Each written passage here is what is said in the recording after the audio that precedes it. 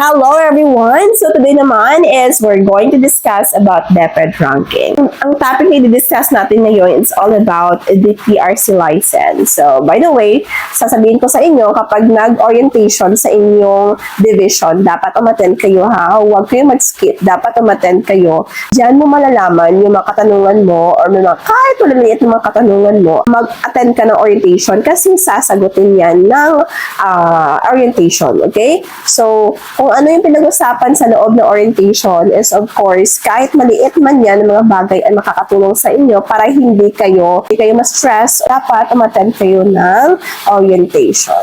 Okay? So, by the way everyone, kailangan ba meron ng PRC license kung magpaparanking? So, there are division na tinatanggap nila at meron din hindi. Kasi nga, kinakailangan ng full-fledged ka na professional teacher. Dapat na meron kang rating kasi meron kasing let rating na points na corresponding.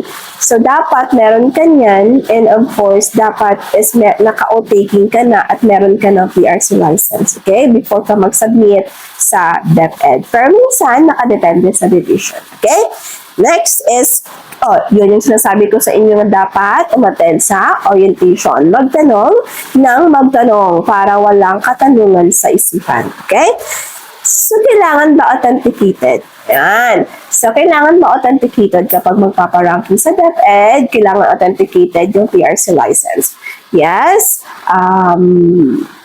Kailangan na authenticated para naman malaman na tama or hindi computer generated yung photocopy ng iyong PRC license. Pero, minsan, meron division na tinatanggap nila basta dala mo lang yung iyong original copy o yung ID mo. Okay? So, yun.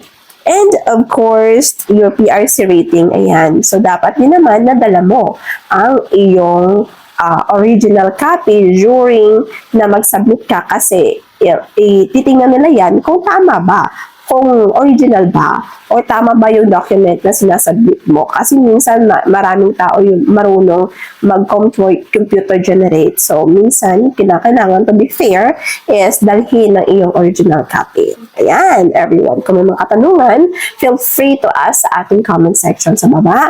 And then, sasagutin natin yung mga kaya natin sagutin. That's all for today, everyone. Subscribe sa ating YouTube channel kasi meron tayo mga next na mga videos about DepEd ranking. Thank you!